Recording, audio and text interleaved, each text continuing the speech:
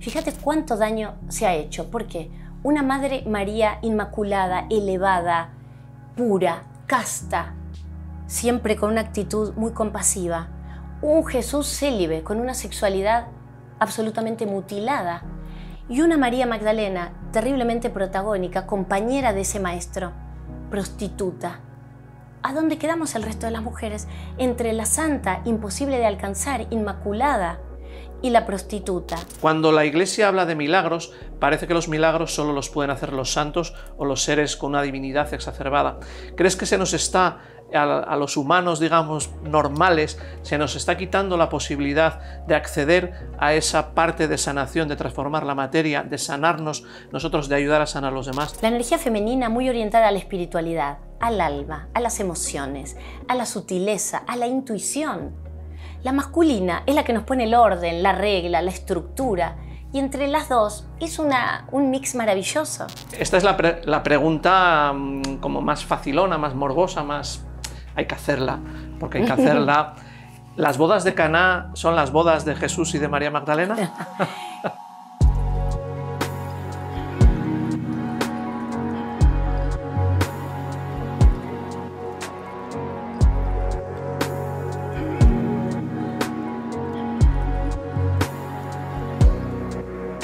Para introducir la siguiente entrevista te voy a proponer un juego mental. Vamos a imaginarnos una escena de un crimen. El crimen tuvo lugar hace 2000 años en las montañas de Judea. A las afueras de un pueblo vemos a un hombre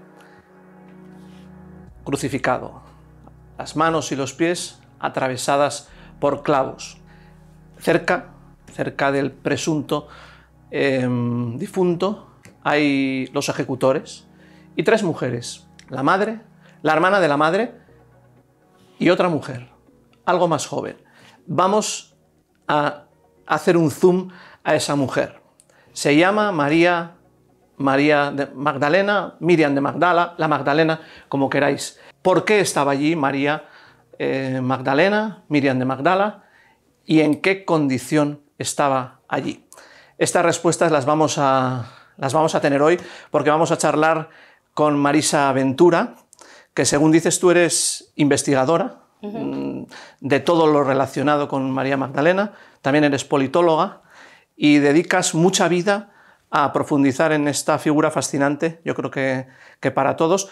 Yo vengo del mundo católico, de la cultura católica, y a mí me han dicho que María Magdalena era una prostituta de Magdala, que Jesús acogió en su grupo cuando él decidió hacer vida pública y evangelizar o compartir sus enseñanzas, y ella es una seguidora de Jesús, pero claro, una seguidora un tanto especial porque en momentos clave de la vida del rabino Joshua estaba, como por ejemplo es la primera persona que ve a Jesús resucitado, ¿no? Que yo creo que Jesús era una figura también que decidiría a quién se muestra por primera vez, ¿no? O sea, hay una serie de datos que nos hacen ver que María Magdalena tiene algo más que una simple prostituta de Magdala. ¿No es así? Así es. Bueno, gracias por esta introducción y voy a comenzar tomando una palabra que vos hermosamente describiste una situación que es un crimen. Y lo que se ha hecho con este personaje bíblico ha sido un crimen. María Magdalena ha sido crucificada al igual que Jesús, con el correr de los tiempos y a lo largo de la historia. ¿Por qué María Magdalena estaba allí en la cruz? ¿Quién era? ¿Empezamos por ahí, te parece? Empezamos por donde quieras y me gustaría que fuéramos desvelando o develando los secretos, pero también una pregunta para que la gente entienda. Si nosotros tenemos una información por los evangelios, ¿cómo podemos acceder a otra información diferente o más amplia de María Magdalena? Muy bien, vamos a hacer un hilo conductor para que la gente pueda ir entendiendo quién fue esta mujer protagonista de uno de los hechos más importantes en la historia de la humanidad. ¿Por qué? Porque con un Jesús la humanidad se dividió en un antes y un después de Cristo. Entonces entendamos la importancia que esta mujer tuvo en ese periodo, en esas circunstancias, probablemente en el drama bíblico más importante que conoce la historia de la humanidad entera.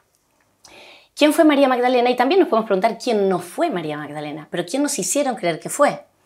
Primeramente, para que la gente sepa, Miriam de Magdala, como muy bien tú lo dijiste, es su nombre porque ella era originaria de un pueblo. En esa época los apellidos no existían, con lo cual María Magdalena es el nombre latinizado.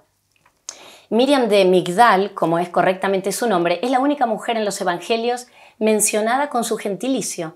El resto de las mujeres que acompañaban a Jesús no sabemos de dónde eran, ni cómo se llamaban, ni de qué pueblo: Susana, Juana, María Jacobé, María Salomé. Sin embargo, ella es reconocida como María Magdalena. ¿Y quién fue en la vida de Jesús? Ella fue una mujer rica, una mujer culta, una mujer judía. Habitualmente nos olvidamos, ¿no?, del judaísmo de Jesús y de María Magdalena. Los han desjudaizado, digo yo, les han quitado el vestido y los han vuelto a vestir. Entonces, esta mujer que tuvo acceso al conocimiento, esta mujer letrada, fue no solamente una discípula de Jesús, que aprendía de sus enseñanzas, sino que era la líder del grupo de mujeres que lo acompañaban a este rabino itinerante, que iba de pueblo en pueblo, llevando el reino de los cielos, por lo menos intentando bajarlo a la tierra. Y ella era la líder de este grupo de mujeres que acompañaba a Jesús, que lo solventaba económicamente, porque a veces digo, ¿de qué trabajaba Jesús? ¿De qué tenía un sueldo? No. Entonces, ella fue una mujer muy importante en la vida de Jesús. Aparece inmediatamente en el ministerio público de Jesús, ya hace su aparición María Magdalena. Y ya María Magdalena no lo abandona más a Jesús. Es la mujer más mencionada en los evangelios, junto con la Madre María. Es la única mujer a la cual se le reconoce un evangelio, que de eso vamos a hablar después, escrito de su puño y letra. Es un personaje, para mí, María Magdalena, y yo la humanizo, ¿no?, porque la siento a veces en mi ADN, con mucho respeto lo digo, pero es una mujer que además tuvo un rol tan diferente, tan importante, que vamos a tratar de devolverle el lugar que legítimamente le correspondió al lado de Yeshua de Nazaret.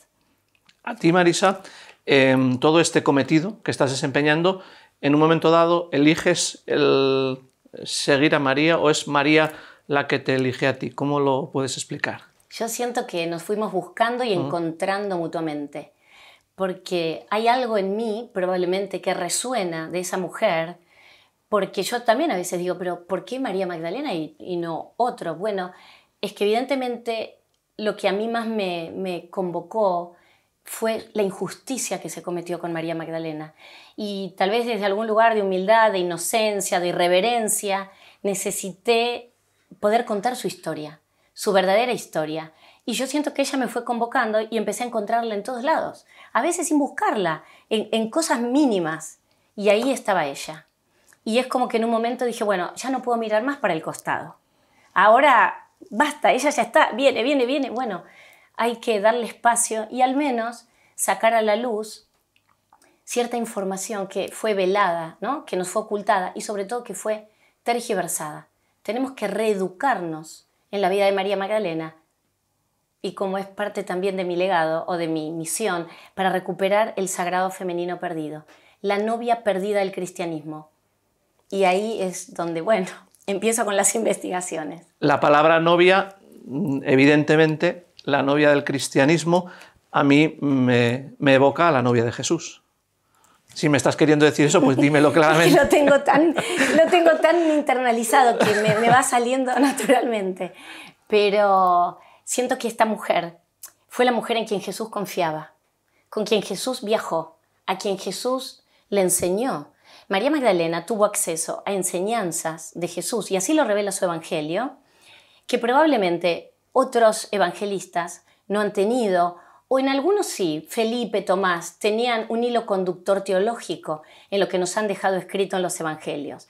Por eso digo, María Magdalena fue un personaje muy relevante en la vida de Jesús. No lo abandonó nunca. María Magdalena estuvo firme a los pies de la cruz cuando el resto de los apóstoles tuvieron miedo. Y también se puede comprender el miedo de los apóstoles, pero se escondieron. Ahora, la que se queda firme a los pies de la cruz, con lo que eso significaba para una mujer en el siglo I, con la brutalidad de los romanos, ella se queda ahí junto a la Madre María.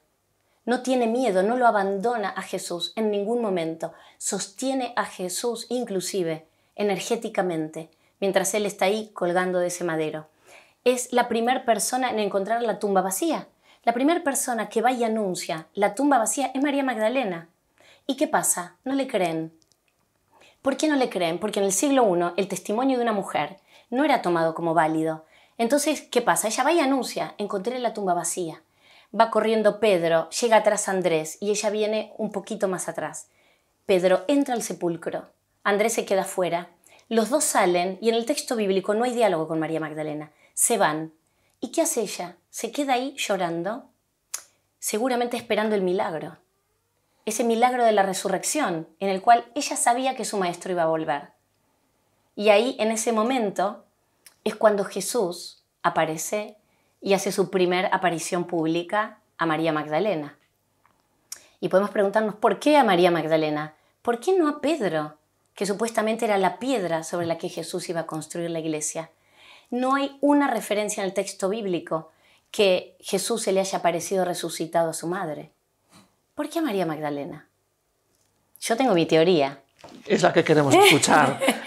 Yo creo que por dos motivos. Porque María Magdalena comprendía las enseñanzas más sutiles de Jesús, esas enseñanzas del alma, que hablan para el alma. Jesús todo el tiempo decía, ¿qué es lo importante? Lo importante es lo eterno. ¿Y qué es lo eterno? El alma. Nosotros este cuerpo un día nos vamos a ir, todos nos vamos a morir. Y Jesús decía, del polvo vinimos y al polvo volvemos. Lo que importa es lo eterno. Y lo eterno es el alma.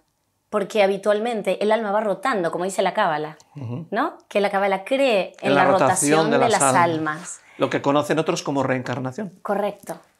Entonces, ¿qué decía Jesús? Alimenten el alma.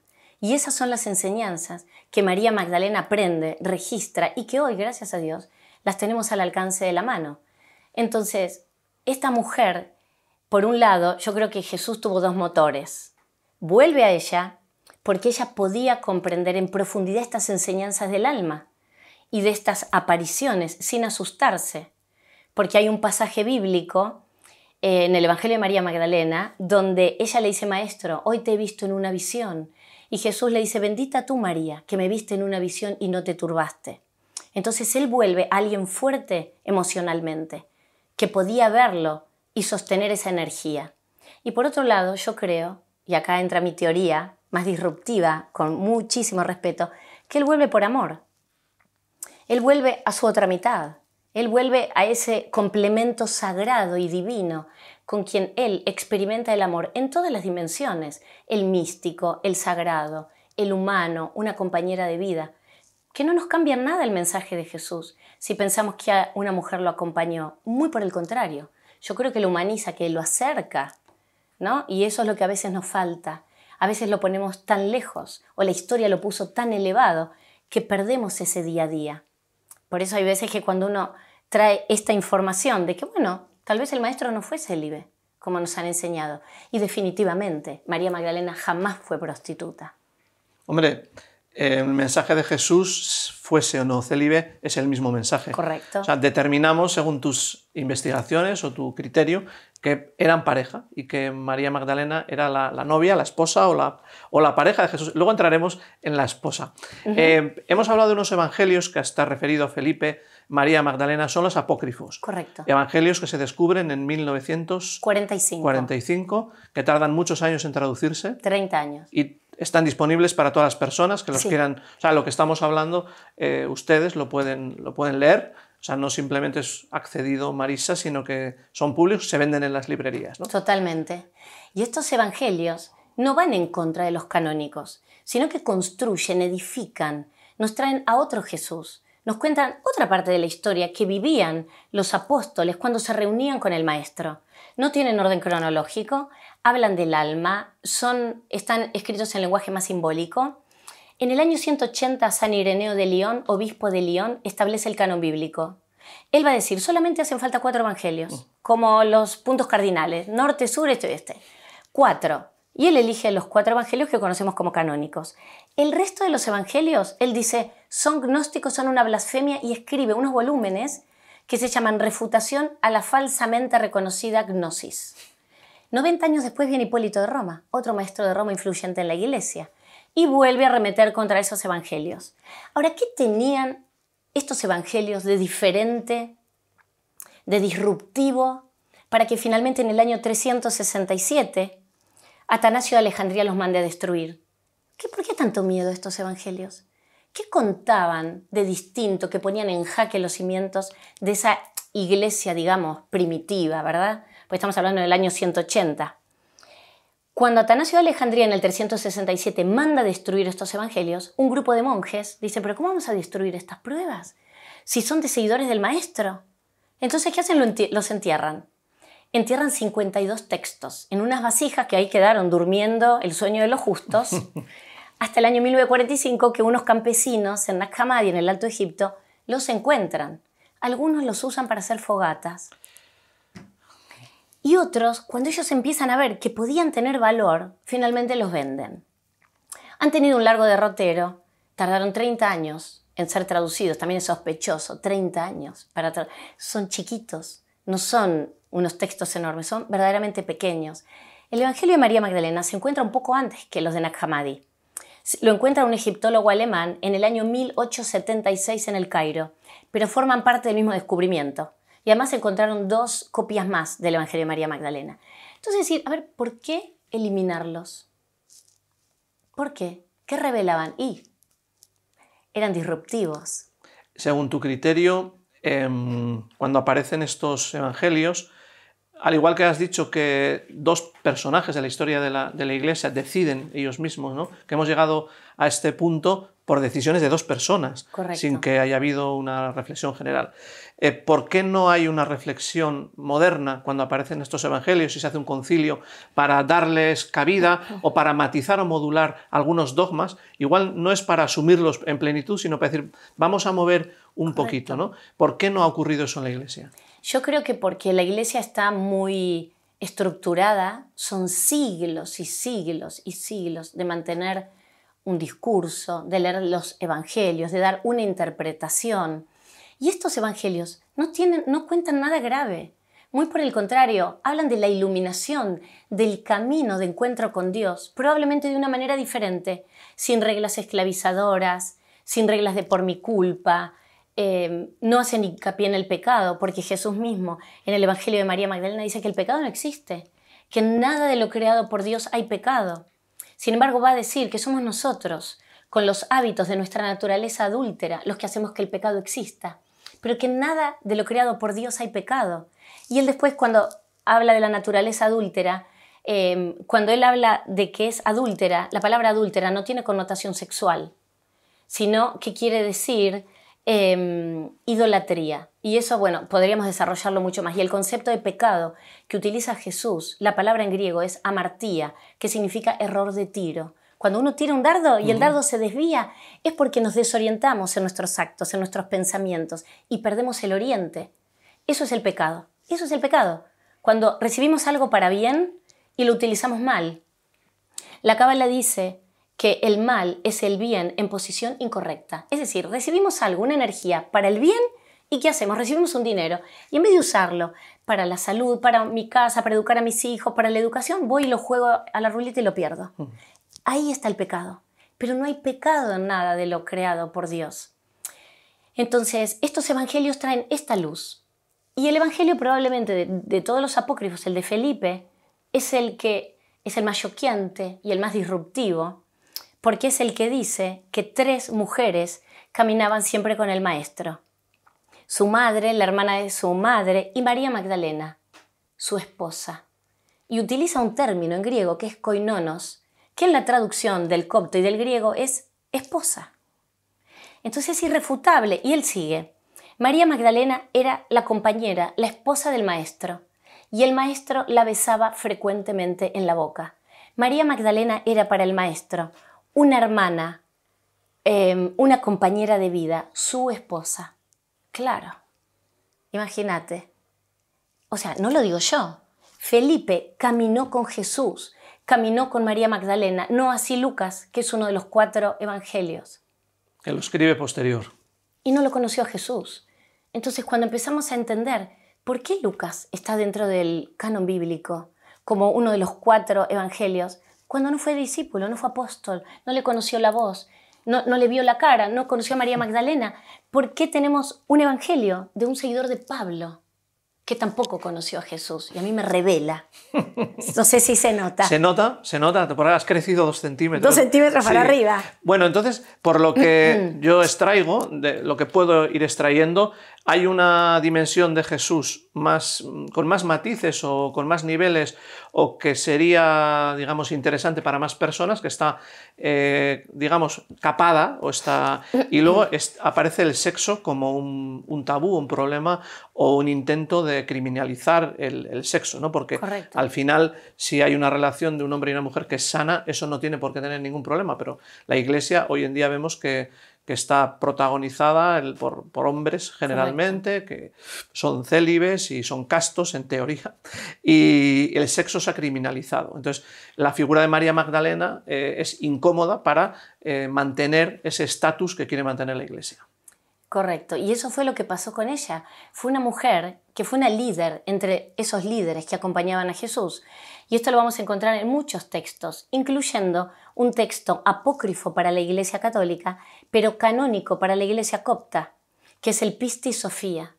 Es un texto en el cual Jesús, durante 11 años posterior a su resurrección, se le presenta a los apóstoles a María Magdalena y les da una cantidad de enseñanzas impresionantes, algunas bastante complejas de comprender. Y ahí también la figura de María Magdalena queda como de mucha relevancia, una mujer que tiene mucha madurez espiritual. Allí se le hacen 44 preguntas a Jesús, de las cuales 39 las formula María Magdalena. En el Pistis Sophia, María Magdalena es mencionada 83 veces, cuando Pedro es mencionado 5, Juan es mencionado 9 veces, la Madre María 3 veces, María Magdalena es mencionada 83 veces. Y estamos hablando de un texto canónico para la Iglesia Copta. Con lo cual, María Magdalena fue una mujer que tuvo mucha presencia, era una mujer culta, una mujer letrada. No todos los apóstoles leían y escribían. Pedro, de hecho, era iletrado. Entonces, claro, incomodaba María Magdalena en ese grupo de hombres. Y también hay que entender la mentalidad de estos hombres del siglo I. O sea, eran parte de esa cultura, no es que... y había muchas tensiones, a veces tendemos a romantizar ese vínculo de los apóstoles. No, eran seres humanos, tenían roces, tenían problemas. Y particularmente Pedro tenía mucha tensión. De hecho, en el Pistis Sophia, Pedro le dice, maestro, que María Magdalena salga de entre nosotros. Pregunta mucho, no nos deja hablar. Sí, preguntaba mucho. Dice, y las mujeres no son dignas de la vida. En ese entorno está esta mujer que se hacía escuchar, que dicen que hablaba bellamente, de manera muy dulce, pero muy firme. Con lo cual había ahí todo como un problema de tensión. ¿Y qué dice Jesús cuando Pedro le pide esto? Dice, todo aquel que haya sido imbuido por la energía del Espíritu Santo puede dar un paso al frente y hablar. Dice, Pedro, deberías arrepentirte y volver a pensar. ¿Y qué le dice entonces Jesús a Pedro? Un análisis, ¿no? Para comprender. Que haga teshuvá, que se arrepienta. Él le dice, arrepiéntete. Y hacer teshuvá, para el pueblo de Israel, es arrepentirnos. Pero la palabra teshuvá significa retorno a Dios. Mira qué hermoso, porque no es que lo está retando. Le dice, llámate a la reflexión, volvé a conectar con tu energía divina. Que es donde estaba María Magdalena. Exacto. La figura femenina que protagoniza, ¿no? Sobre todo en la tradición católica, es la Virgen María, la Madre de Jesús, que, bueno, hay tanta gente que sigue a Jesús como sigue a María, ¿no? Correcto, sí. Yo mismo me declaro seguidor de María, pero estaríamos hablando de una energía femenina que no tuvo pecado, ¿no? En teoría, que no hubo relación sexual para concebir a Jesús. Y por otra parte estaría la figura de María Magdalena, que tenía relación con Jesús, incluso íntima, según tú nos expresas, ¿no? La Iglesia ha elegido la castidad femenina o ha elegido una mujer, digamos, que no pueda gozar plenamente de todos los, no solo los placeres, sino de todos los niveles o ámbitos de los que un ser humano puede gozar. ¿Tú crees que es la elección? Quitarle a la mujer poder, capacidad de disfrute y protagonismo. Absolutamente sí.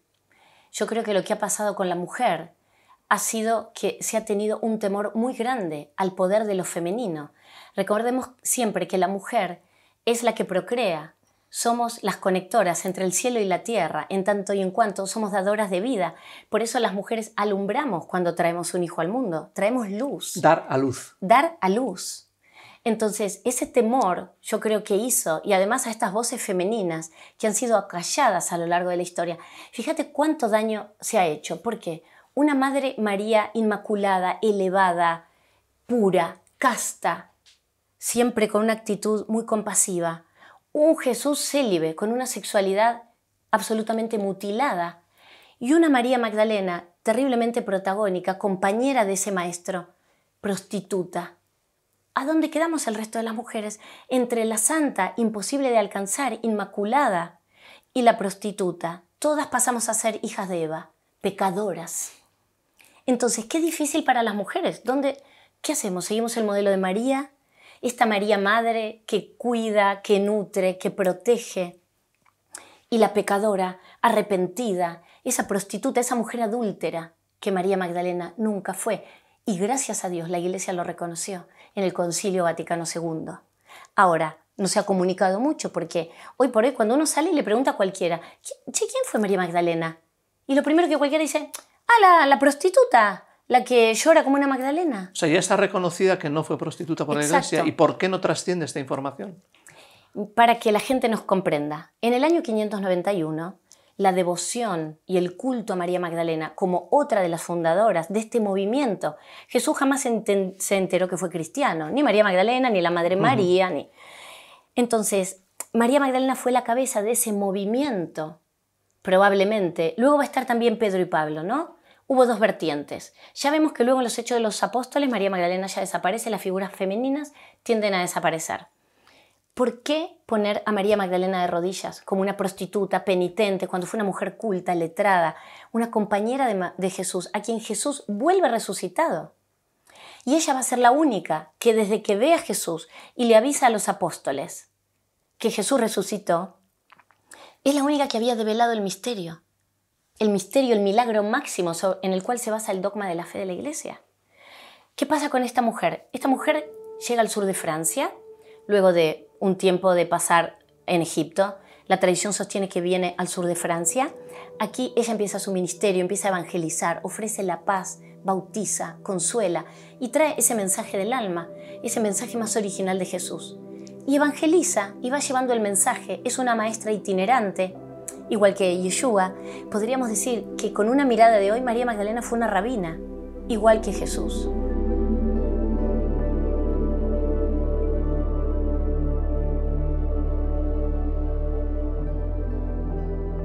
Marisa, como has dicho, viene al sur de Francia. Tenemos que decir que esta entrevista se está realizando en un lugar mágico, que es la casa de Nostradamus, en el sur de Francia.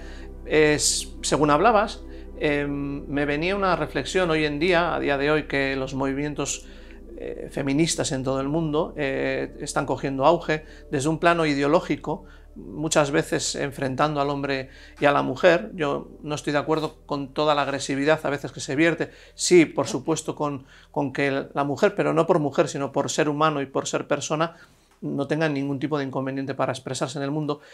Quizás sea María Magdalena hoy en día una figura clave, porque no solo reivindica a la mujer que es y a la persona, sino además desde una vertiente espiritual y no solo ideológica, que ahora estamos con una cierta peso demasiado de la ideología y la espiritualidad parece que tiene que luchar un poquito para presentarse en el mundo. Yo no creo en los ismos, creo que no le hacen bien a la humanidad. Nada que sea un extremo nos va a aportar, porque nos vamos de una punta a la otra. Y acá de lo que se trata es de integrar el masculino con el femenino. Lo que pasa es que nos han mutilado una parte de la historia. Yo no tengo dudas que Jesús caminó al lado con muchas mujeres. Por supuesto que María Magdalena probablemente era la que estaba más cerca de él. Es algo que yo personalmente lo digo, también creo. Pero hay una parte de la historia que no la conocimos, que fue enterrada, que fue acallada, que fue ese femenino que acompañó a Jesús. Las mujeres en Jesús tenían mucho peso. Jesús estaba rodeado de muchas mujeres. En las 14 estaciones del Calvario, en la única parada que Jesús habla es en la estación 8, a las mujeres.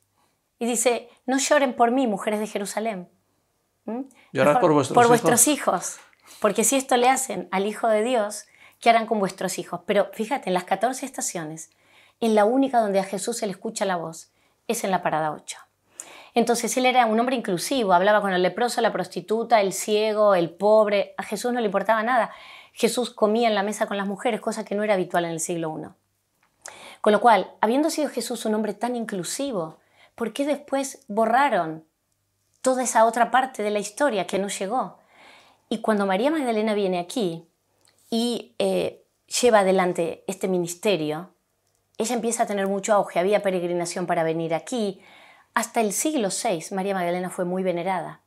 Y probablemente por eso, en el año 591, el Papa Gregorio Magno, en su homilía número 33, decide unificar la imagen de María Magdalena junto a otras dos mujeres. La pecadora que lava los pies de Jesús con sus lágrimas y la seca con sus cabellos, y María de Betania.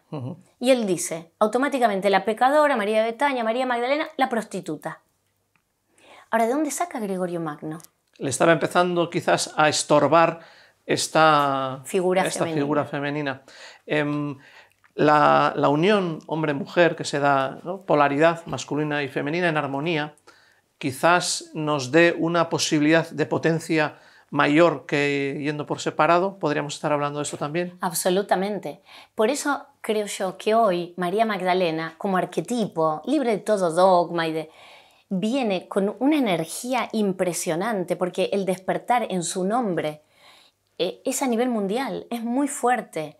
Y viene a integrar el femenino y el masculino, ya ni masculino solo ni femenino solo, no sirve. Esa fórmula caducó. Ahora tenemos que reintegrar. Yo siempre digo, tenemos que recuperar el paraíso perdido, ¿no? Tenemos que reconciliar. Y cuando hablamos del masculino y el femenino, no hablamos inclusive de género, hablamos de energías que todos tenemos dentro. La energía femenina muy orientada a la espiritualidad, al alma, a las emociones, a la sutileza, a la intuición. La masculina es la que nos pone el orden, la regla, la estructura, y entre las dos es un mix maravilloso. Entonces, pero hay que reconciliarse.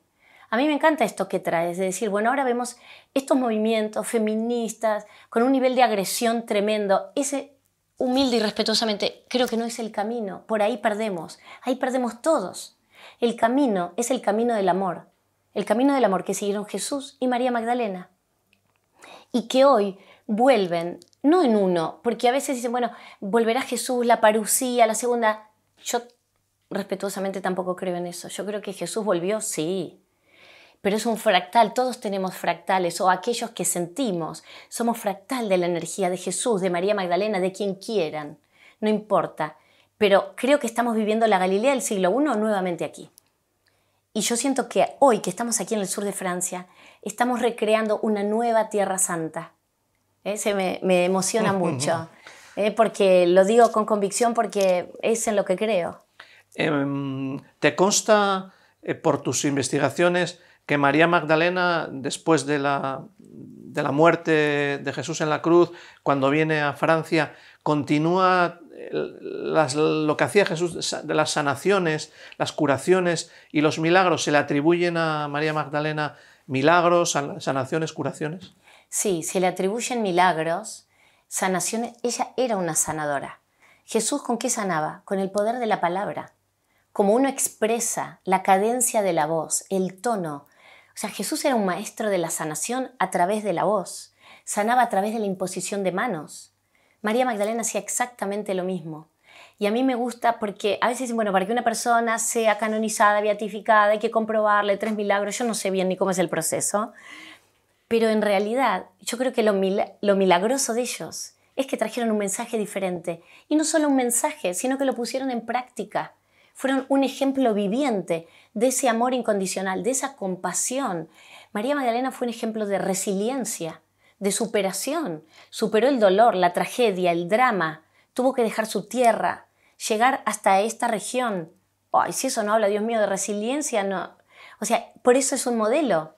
Es un modelo de rol como tantas otras personas. Tampoco la idealizo ni la pongo en un lugar. Un ser humano que tuvo una historia de vida compleja, que pudo superar, y ella desde ese lugar sanaba, bautizaba. Las mujeres bautizaban también. Marisa, hay una frase de Jesús que a mí siempre me ha llamado mucho la atención, que es cuando dice no sé en qué evangelio está, lo que yo hago vosotros también podréis hacer y mejor. Cuando Jesús sanaba, él tendría conocimientos de cómo transformar la materia, que seguramente son los conocimientos que transmitió a sus discípulos, a María y a todo el grupo de personas que quisieron o pudieron entender.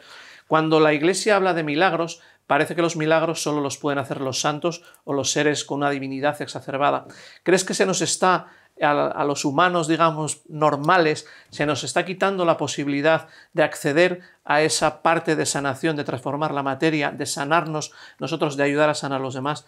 ¿Crees que hay una especie de decir, no podéis acceder a lo que hacía Jesús? Le vamos a llamar Hijo de Dios, le vamos a poner el milagro como bandera para que te quede claro que tú no vas a poder hacerlo. Me encantan tus preguntas, Óscar, porque son diferentes, pero es lo que muchos nos preguntamos. Y yo creo que sí. O sea, ya un Jesús célibe, con una madre con una concepción virginal, ya es ponerlo extremadamente elevado. Ojo, queremos poder imitarlo, pero jamás vamos a poder ser como ellos.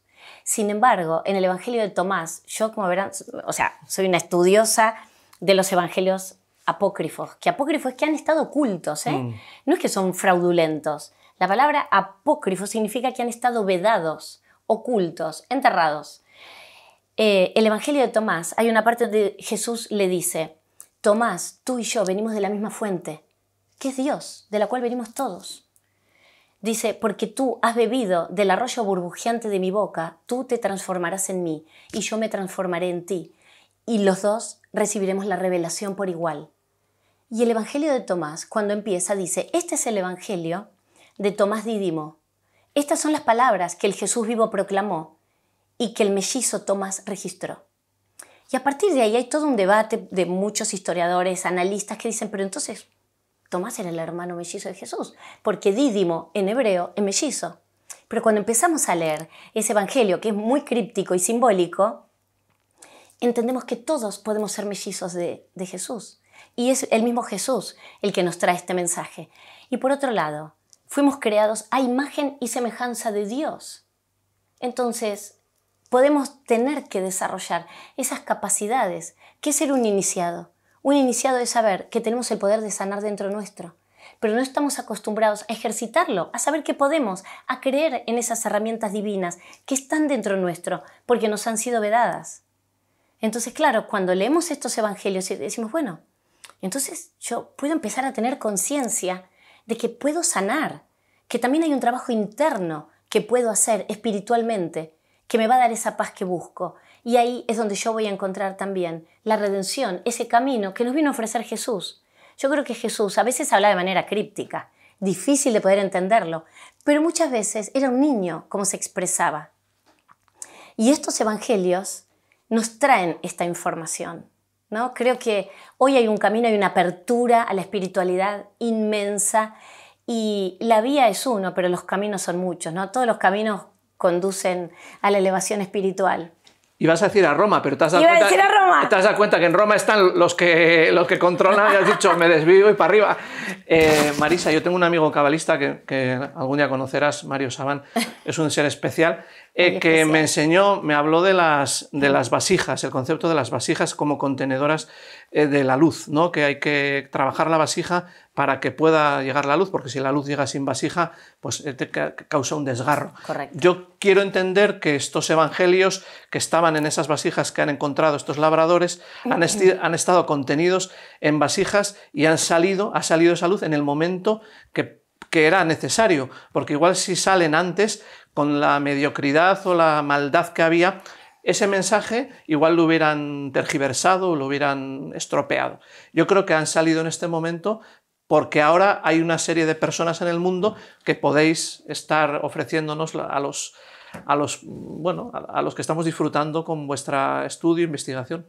Ayer me hicieron una pregunta y me dijeron, Marisa, ¿crees que fue necesario que Jesús viviera lo que viviera, que María Magdalena fuera, digamos, difamada como fue difamada por el Papa Gregorio Magno? También, bueno, el movimiento ya en la Edad Media, del movimiento de los cátaros, que vuelven a traer esta comunidad del amor de Jesús y María Magdalena. Yo creo que en algún punto a lo largo de la evolución de la humanidad hubo cosas que tuvieron que ser necesarias, aunque no nos gusten. Y tal vez los hechos ocurrieron como fueron para que hoy nosotros podamos recibir esta iluminación y hoy tengamos la capacidad, ¿no? Porque la humanidad va dando hay saltos evolutivos para poder comprender las cosas. Yo siempre pienso que somos semillas que hemos vuelto. La verdad es que yo creo eso, que hemos regresado y que hoy estamos en plena capacidad de desarrollar y de elevar nuestra conciencia para entender que somos verdadera y plenamente hijos de Dios todos y que tenemos esa capacidad interna. Por eso sí creo que, ¿por qué aparecen ahora los evangelios apócrifos? Todo tiene un porqué, todo es parte de un plan divino. Lo bueno, lo malo, todo forma parte de un plan de Dios. Aunque no lo entendamos desde nuestra razón y en nuestro tiempo. Exacto. Porque queremos entender quizás algo que no podemos entender, que solo hay que experimentar. Esta es la pregunta como más facilona, más morbosa, hay que hacerla, porque hay que hacerla. ¿Las bodas de Caná son las bodas de Jesús y de María Magdalena? Podríamos atrevernos a pensar que sí. ¿Y por qué? Primeramente porque son unas bodas, no sabemos de quién. No sabemos, pero estaban todos. Jesús, los apóstoles, estaban todos reunidos. La Madre María con un rol muy protagónico, de decir se acabó el vino, de ir a avisarle a Jesús, de ir a decirle a los meseros, por favor, hagan todo lo que Él les diga. Bueno, un protagonismo que si la boda no fuera de alguien cercano, la Madre María, ¿por qué tendría que tener esa actitud protagónica? Ese podría ser un primer pensamiento. Pero por otro lado, hay otra cosa importante que ocurre en esas bodas, y que es el primer milagro público de Jesús, la transformación del agua en vino. ¿Y por qué Jesús hace ahí ese primer milagro? En el medio de una boda o cuando estaba terminando la boda. Porque, según la ley mosaica, Jesús ya era un hombre completo. Porque formalmente estaba casado. Entonces, ¿él ahí qué hace? La transformación del agua en vino. Un hombre soltero y un hombre que no había tenido descendencia no podía entrar al templo, no podía predicar, y era una vergüenza para el pueblo de Israel. Dentro de la ley mosaica, primeramente que el celibato estaba condenado con la pena de muerte, al igual que la homosexualidad, la zoofilia, la necrofilia, o sea, unas prácticas que habían en esa época. Tanto para la ley mosaica como para la ley de Roma, el celibato estaba condenado con la pena de muerte. Y un pueblo como el pueblo de Israel, donde la reproducción era clave porque esperaban el Mesías, y el Mesías podía venir de cualquier familia. Y hay una ley, porque la procreación queda en la responsabilidad del hombre, en la ley mosaica, en la Torá. Hay como una ley para ellos que dice, creced y multiplicaos como las estrellas del cielo y las arenas del mar. Lo importante era la procreación. Al abuelo de Jesús, Joaquín, lo echan del templo por no tener descendencia. Le decían que era una vergüenza por no tener descendencia con Ana. Pero quiero volver al milagro público. Porque Jesús allí hace la transformación del agua en vino y en todo hay simbología. Vos hablabas de las vasijas. Había 6 vasijas con agua. El número 6 es el equilibrio, 3 y 3, femenino y masculino. Esa agua representa la palabra de Dios, que va a ser transformada en vino. El vino es la sangre de Cristo y el gozo del creyente. ¿Pero dónde ocurre la transformación? En lo profundo, en lo secreto, en lo oculto. Esto es muy cabalista. Adentro de esa vasija. Y alquimista también. Y alquimista, porque claramente es esa transformación. Y entonces, ¿por qué hace él ahí ese milagro? Porque ya era un hombre completo. Porque ya tenía su compañera de vida. Entonces, ¿podríamos pensar que esas fueran sus bodas? Podríamos pensar que sí. ¿Y por qué más podríamos pensar que ellos tuvieron algo más que una relación de discípula-maestro? Porque Felipe, en su evangelio, lo confirma a las claras. Felipe nos da a entender que María Magdalena era la esposa de Jesús. Era la mujer que siempre caminaba con él. Y la palabra es clara en la traducción. Por otro lado, la ley. ¿Qué observaba Jesús? La Torá. A ver, el Nuevo Testamento, Jesús nunca se enteró de los evangelios. Y el Nuevo Testamento nace a consecuencia, o sea, el Antiguo Testamento nace como consecuencia del Nuevo. Porque antes era solo el Antiguo, era la Torá, no había otra cosa. Claro. Entonces, cuando pensamos de esta manera, ¿qué observaba Jesús? La Torá. ¿Y qué dice la Torá con respecto a esto? Prohibía el celibato. Al abuelo de Jesús lo expulsan. Digo, imagínate lo que habrá sido en la familia de Jesús, que al abuelo de Jesús, no por ahí alguien perdido, el abuelo de Jesús fue expulsado del templo por no tener descendencia con Ana. Que se quedó embarazada de muy mayor luego. A los 90 años. A los 90 años. Entonces, lo que habrá sido, ¿no?, en esa familia, el tema de la procreación, lo importante que habrá sido. Porque Joaquín, avergonzado, se va, ni le avisa a Ana, y se va al desierto, y no vuelve porque lo echaron. Le decían que no tenía el derecho de la palabra, un hombre que no había tenido descendencia. A veces no pensamos en esta, o no estudiamos la ley de Moisés. Claro, porque tú lo estás expresando todo, investigando, poniéndote o poniéndonos en aquella época, en las leyes Correcto. de aquella época, que es quizás lo que cuando hablan los maestros de la Iglesia, los teólogos, no lo hacen.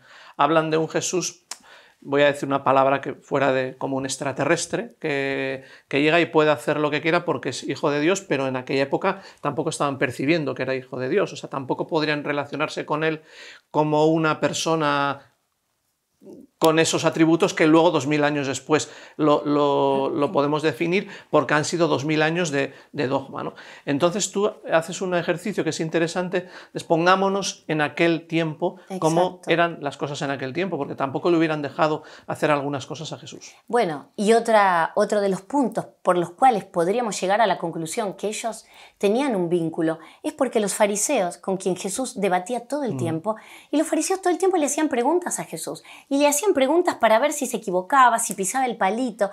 Si los fariseos hubieran visto que Jesús no estaba casado y no tenía descendencia, hubieran sido los primeros en echárselo en cara. Y no lo han hecho. ¿Por qué no lo han hecho? Porque no podían. Y hay otra pregunta que te tengo que hacer, porque voy siguiendo el hilo de la familia de Jesús. No? Claro, estoy haciendo el árbol genealógico, más hablo de Joaquín, de la descendencia. ¿Tú crees o consideras o sabes si Jesús y María Magdalena tuvieron descendencia? Nadie podría afirmar, corroborar, no hay un documento.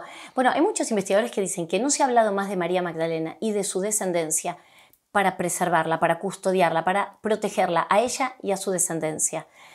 Porque supuestamente estaba la idea de que alguno de esos hijos pudieran volver a terminar la misión de su padre, como el Mesías del pueblo de Israel.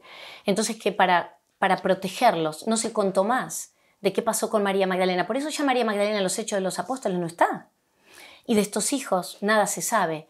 Ahí tenemos que entrar en la tradición oral, porque la tradición oral es la que nos va a ir dando algunas pistas. Hay una tradición oral muy fuerte, que muchos investigadores coinciden, y hay mucho dato histórico también, que sí ellos habrían tenido descendencia, como correspondía el mandato a cualquier matrimonio del pueblo de Israel. Jesús como rabí, siendo célibe, sin hijos y sin mujer, no hubiera podido pisar un templo a leer la Torá. Es que además, ¿a quién se le hubiera ocurrido? Si los rabinos se han casado históricamente y se siguen casando. Entonces, pensar que haya podido tener descendencia, yo creo que sí, que era lo que se esperaba de cualquier judío en esa época. Y por supuesto no creo que Jesús haya sido la excepción a la regla. Con lo cual, cuando empezamos a hablar de la descendencia, tenemos que saber que es tradición oral, que muchas personas van a decir que sí, que no. Bueno, y yo respeto todo porque está... ¿Y tú qué crees? Yo creo que sí. Que sí. Por supuesto. ¿Qué tuvieron? Yo creo que sí. ¿Muchos? Al menos la tradición sostiene 3. 3. 2 hijos varones y una hija mujer, que habría llegado esta hija mujer con María Magdalena aquí, al sur de Francia. O sea que hay sangre de Jesús y de María Magdalena por aquí. Bueno, mucho se lo debemos a los reyes merovingios. Los primeros 39 reyes de la Casa Franca, que fueron los reyes merovingios, se consideraban descendientes de Jesús y de María Magdalena a través de la rama femenina por Sara, que sería esta descendiente primordial de este linaje que ha venido aquí. Pero hay algo interesante también, porque los familiares cosanguíneos de Jesús eran conocidos como los desposini. Los desposini, la palabra viene del griego desposuno, que significa pertenecientes al Señor. Era la distinción más sagrada que tenían los familiares de sangre de Jesús. Los desposini. De estos desposini hay mucha evidencia. Hay 3 edictos romanos que van contra los familiares de sangre de Jesús. 3. En el 45 Claudio, en el 70 Vespasiano y en el 85 Domiciano van contra los desposini, dicen, van contra los familiares cosanguíneos de Jesús. ¿Y por qué? Porque tenían miedo que todos ellos volvieran supuestamente a levantarse contra el poder de Roma. Entonces, a ver, y hay una última referencia en el año 318, donde un último desposini, que se llamaba José, va a visitar al Papa Silvestre. Esto es histórico, a ver, son datos, vamos y lo buscamos. Entonces es muy fuerte saber que esta familia cosanguínea de Jesús, entre los cuales estarían sus descendientes, serían los desposini más venerados, los borramos de un plumazo de la faz de la tierra. Porque eso incomodan al plan, ¿no? Claro, al plan de la Iglesia.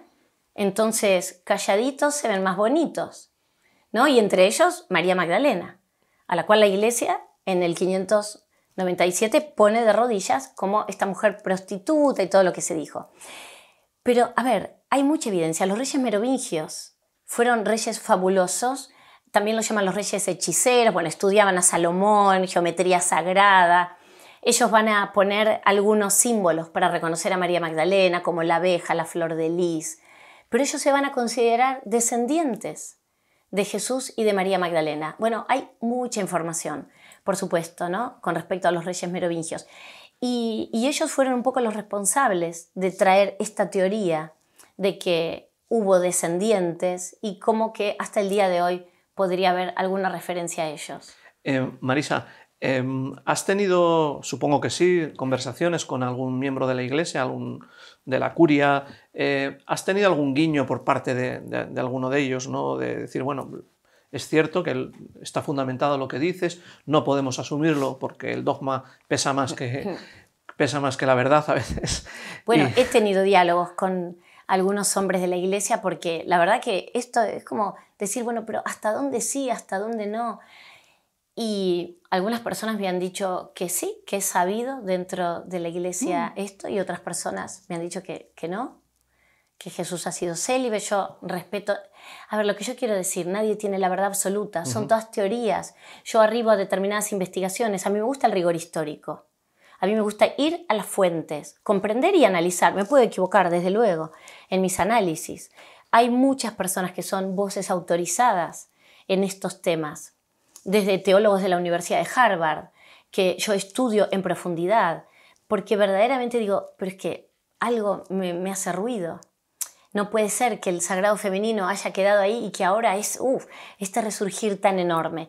Entonces, también entiendo que en su momento se hicieron las cosas de determinada manera, pero sobre todo en la Edad Media fue un periodo en el cual la mujer, como dijo Aulo Gelio en el siglo II, la mujer es un mal necesario. ¿Por qué solo es un mal necesario para la procreación? La procreación. Me gusta mucho lo del sagrado femenino. Es un término que cuando lo dices no sé si lo había escuchado, pero tiene mucha fuerza. Sí, es que yo creo que el sagrado femenino hay que recuperarlo. Nos tenemos todos que reeducar. Y María Magdalena podría ser la representante en esta época, en este momento de la humanidad. Esa mujer que representa, esa mujer completa, esa mujer que tuvo acceso al conocimiento, que fue resiliente, porque fue una mujer que le pasó de todo, no tuvo un camino de rosas, muy por el contrario. Entonces estamos recuperando la vida de una mujer que lamentablemente la han crucificado, porque siempre quedó, bueno, la prostituta, arrepentida, que hizo penitencia, que estuvo en una cueva, en contemplación. No, señores. Primeramente, no hay un solo evangelio que diga que María Magdalena fue prostituta. No hay uno. Y la Iglesia lo reconoce en el Concilio Vaticano II. Salimos de ahí. ¿Y qué hacemos con toda esta información ahora? Bueno, a ver cómo lo podemos poner en práctica, a ver cómo nos atrevemos a repensar la historia que tanto nos ha marcado a la humanidad y que tal vez este es el momento de repensarlo y de construir una nueva humanidad. Finalmente vinimos a ser felices, vinimos a vivir en armonía. Y el Evangelio de María Magdalena nos dice justamente que en un diálogo con Jesús, Jesús dice, vivan en armonía con sus semejantes, con el medio ambiente, con todo lo que los rodea. Y esa armonía entraña una relación musical con el universo, pero también con el otro, porque hoy yo puedo ser muy espiritual y salgo acá y me discuto con uno, me peleo con el otro, me peleé con mi hermano y no me disculpo. Y entonces, ¿para qué hago todo? ¿Para qué voy al templo, a la iglesia, hablo de espiritualidad y después me mato con el vecino? No, entonces tratemos de vivir en coherencia. Eso creo yo que es lo importante, vivir en coherencia. Bajemos el cielo a la tierra, porque construir el paraíso lo tenemos que hacer acá nosotros, todos los días, en el cara a cara, en el día a día, con la persona que por ahí nos golpeó y no nos pidió disculpas, o con el que nos dio una devolución y nos contestó mal. Tampoco sabemos los zapatos en los que viene caminando esa persona. O sea, tratemos de no juzgar. Y no es fácil, porque yo lo digo acá, sentada, relajada en el sur de Francia. Es un trabajo diario, pero hay que estar consciente. Sí, yo creo que no juzgarnos a nosotros mismos, claro, porque todos tenemos momentos más sublimes y luego al minuto siguiente, sin solución de continuidad, nos sentimos ruines por lo que acabamos de hacer y nos juzgamos en ese momento de abajo, ¿no? Yo creo que ni hay que juzgarse arriba ni abajo, hay que entender que son procesos de la vida y tú no eres exactamente ni aquel ángel ni aquel demonio, ¿no? Estás intentando coger lo mejor de ti. Marisa, hacen falta como varias vidas para extraer todos los jugos que tú has ido exprimiendo con el conocimiento. Te agradecemos los que estamos, yo en nombre de todas estas personas, el tiempo que has dedicado a este estudio, la pasión, la dedicación absoluta, el amor que tienes por el sagrado femenino, que nos queda o me queda esa epígrafe. Y si necesitas añadir algo más, nos hacemos con tu lucha y tu de reivindicar a María Magdalena, al sagrado femenino, y de transmitir esto por todo el mundo. Bueno, muy agradecida. Yo soy la agradecida sin duda y creo que María Magdalena también nos va a agradecer. Y en realidad siento esto, ¿no? Que todo viene desde el respeto, desde el amor. Agradecida a todas las personas que nos escuchan, que también nos escuchan con respeto y que están ahí para acompañarnos en este camino. Así que yo en absoluta disposición, muy feliz, un diálogo creo que muy enriquecedor, así que muchísimas gracias, muy agradecida. Y fíjate, estoy pensando que hay una persona que está mirando la pantalla y diciendo, igual yo soy tatara nieto de Jesús. Claro. Y mañana sale a la calle más contento todavía. Claro que sí, ya lo creo también, ¿eh? Un placer. Muchísimas gracias, gracias. Y decirlos y decirlas que están bienvenidos y bienvenidas en la casa de Nostradamus, como en el Vicus Electensis, el lugar elegido. Es eso, ¿no? Así es, claro que sí. Muy es bien. Un fenómeno, esto, o sea, lo hemos pesado y vale su peso en oro. O sea, no hay dinero en el mundo para comprarlo. No estamos hablando de dinero, estamos hablando del cielo, del invisible. Así es. De la oportunidad de construir juntos un mundo de paz y amor. Amén, que así sea. Aquí empieza. Imagínate.